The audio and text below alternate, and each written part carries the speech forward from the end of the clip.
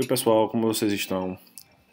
Na última aula nós conversamos um pouco sobre a propriedade, sobre o que o Código Civil prevê e hoje nós vamos dar sequência a esses estudos, né, sobre leis e códigos aplicados à agrimensura no que se refere à aquisição das terras por acessão. Na última aula nós paramos exatamente nesse momento. E antes de começar, eu quero mostrar esse vídeo aqui para que a gente entenda que a natureza ela é dinâmica, obviamente, e que as margens dos rios, dentre outros espaços, sempre passam por modificação. Vamos ver esse vídeo, né? Um vídeo do YouTube, né? Que demonstra a dinâmica do rio, né? Você tem aí um rio qualquer com sedimentos sendo carregados pela força da água e ao longo do tempo, né, esse leito ele vai sendo modificado. Imaginem as propriedades ao lado, né, nas margens desses rios, como elas podem ser modificadas quanto à sua feição e vocês podem ser, e essa modificação ocorre de forma natural, né, muitas vezes, e vocês podem ser chamados a medir, a tentar entender onde aumentou ou diminuiu a propriedade e fazer a atualização das propriedades, né, que margeiam esses rios, lagos, enfim. Então vejam aqui que, embora acima da superfície aparentemente esteja tudo normal, mas é possível que dentro do rio, né, no tal VEG do rio, no leito, a gente tenha uma dinâmica, né, de carregamento de sedimentos diferente. Então isso modifica, força às vezes, né, o processo de erosão, sedimentação, né? Então veja aqui que ele erodiu de um lado e depositou do outro do rio, aqui naquele caso provocado de forma motivado por agentes biológicos, né? E aí vocês viram aí que ele vai forçando, né, o carregamento, a sedimentação de um lado e acaba provocando a sedimentação do outro, né? Seja qual for a dimensão, ele provoca aí os pontos de erosão. Esse é um processo que acontece no mundo todo, nos diversos rios, e aí o vídeo continua demonstrando que essas seções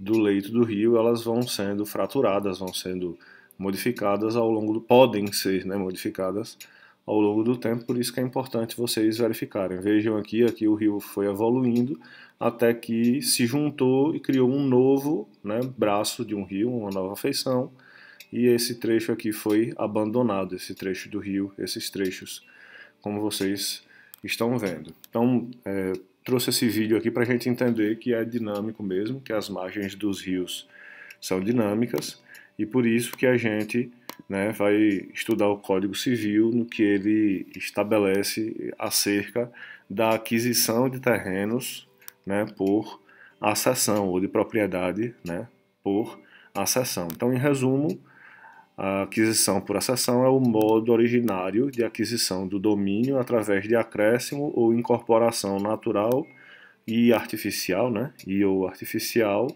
de um bem inesperadamente, ou seja, acontece naturalmente, né, esse acréscimo vai acontecendo, e aí por ter essa característica inesperada, se caracteriza lá conforme essas cinco formas de acessão previstas pelo Código Civil. Então, por formação de ilhas, por aluvião, por avulsão, por abandono de álveo e por plantações e construções, a gente vai ver cada uma delas aqui. Então, as ilhas, né, que é a primeira, as ilhas elas que se formarem em correntes comuns ou particulares pertencem aos proprietários ribeirinhos fronteiros. E a gente vai ver agora no desenho, observando as seguintes formas, né? Primeira, as que se formarem por meio do rio consideram-se acréscimos sobrevindos aos terrenos ribeirinhos fronteiros de ambas as margens na proporção de suas testadas até a linha que divide em partes iguais. A segunda forma, né, as que se formarem entre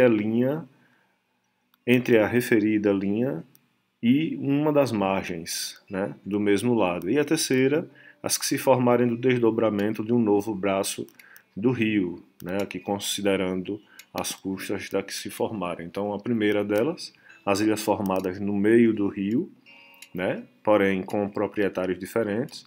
por motivo diverso de dinâmica natural, se formou uma ilha que foi sendo depositado, e aí tira-se a linha média, né, do alvéolo do rio, certo? Da margem de uma margem à outra do rio, e aqui eu tenho uma situação do proprietário A, situação do proprietário B, e aí, né, essa linha média, né, de 50% vai determinar a propriedade de um e do outro proprietário, ou seja, você acresce, né, essa propriedade aos proprietários A e B, né? Foi o que a gente leu agora há pouco. No artigo 2, as ilhas formadas, a situação 2, as ilhas formadas entre o meio do rio e uma das margens. Então passa a ser correspondente ao proprietário da margem correspondente, né? Então aqui nesse caso 100% ficaria para o B, se fosse do lado de cá, obviamente, que 100% da propriedade seria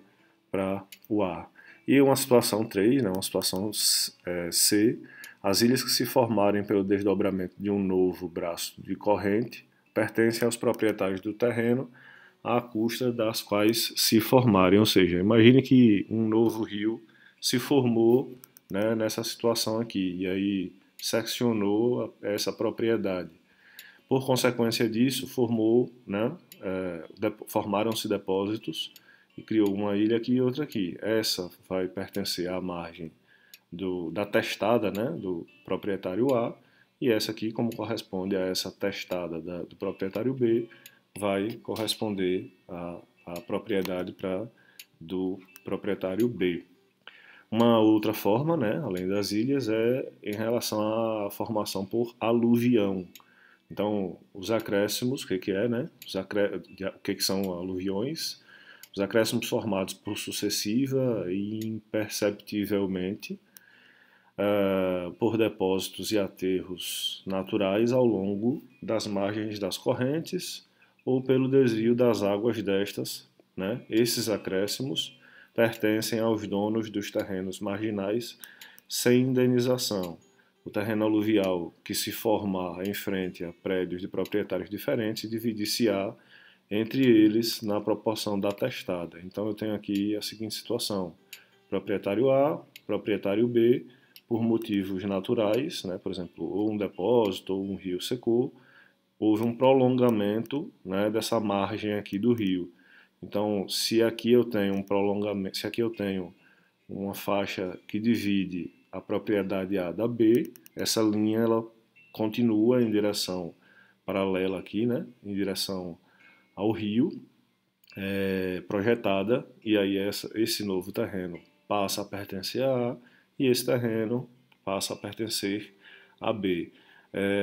Essa forma, né, ela pode ser própria ou imprópria, né?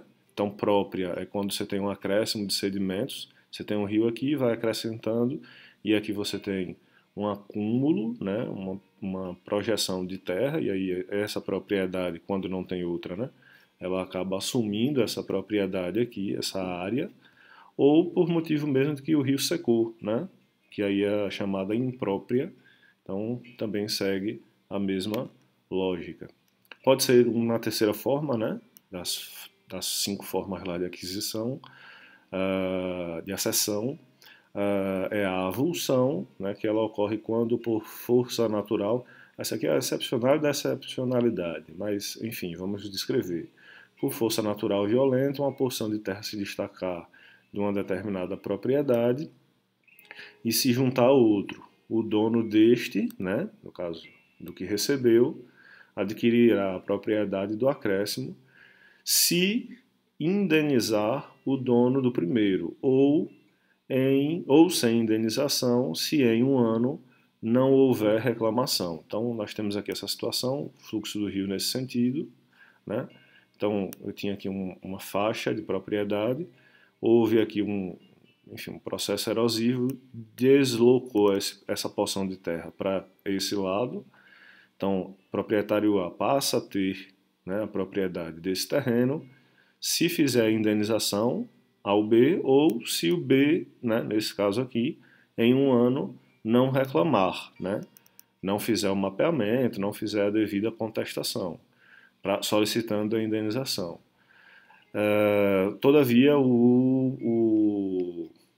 se houver recusa, né, o parágrafo único, na minha opinião, o Código Civil deixa em aberta a situação, né, e aí a gente tem o seguinte texto: recusando-se ao pagamento de indenização, o dono do prédio a que se juntou, no caso A, deverá, né, conceder, aceitar a que se remova a parte acrescida. Ora, só de imaginar o custo que B teria para retirar essa parte aqui, se torna uma punição para B. Então, o próprio código determina a propriedade que passa a ser, nesse caso, né, do outro proprietário, mas não estabelece efetivamente solução para essas situações naturais. Daí a importância de a gente manter sempre as margens dos rios preservadas, né? Porque aí diminui bastante ou praticamente zera aquela situação. A quarta forma, né, o abandono do álvel, ou seja, o rio literalmente seca, né, por motivo natural, enfim, e aí você vai ter a média, né, desse álvel como divisor de propriedade. Então aqui a propriedade de C, que era essa linha aqui da antiga margem, passa a vir até aqui, e aí, obviamente, observando a projeção, né, de limites de testadas de propriedades diferentes, no caso aqui de B e de A, você tem também, né, uma projeção dessa propriedade até a metade do álvel. Pessoal, a última lá que nós vimos, né, que é a aquisição por plantação, deixa eu voltar aqui só para vocês verem, ó, por plantações ou construções, ele tem, enfim, diversos artigos, do 1253 ao 259, mas ele trata muito mais sobre situações de plantio, quando que há o custeio do proprietário A, quando há o custeio do proprietário B, e aí são situações bastante específicas que, se a gente for fazer uma videoaula, tem que ser uma enorme só para esses artigos aqui, são bastante detalhadas e que, no fim das contas, se houver alguma dúvida de vocês podem fazer a consulta para essas situações, né, de plantação. Deixo aqui uma atividade para vocês, pessoal, né, segundo o que estabelece o nosso Código Civil, quantas e quais são as formas de aquisição de domínio de terras. Vocês, pergunta simples e direta, né, quantas e quais são. Vocês vão responder individualmente e enviar para esse e-mail, né, chamando a atenção aqui, ó, é acadêmico, né, não tem o acento. Vocês devem me enviar até o dia 30, né, deste mês, do mês de novembro, para a gente compor aí e somar a nota. Forte abraço a todos, se cuidem, a gente se encontra logo que for oportuno.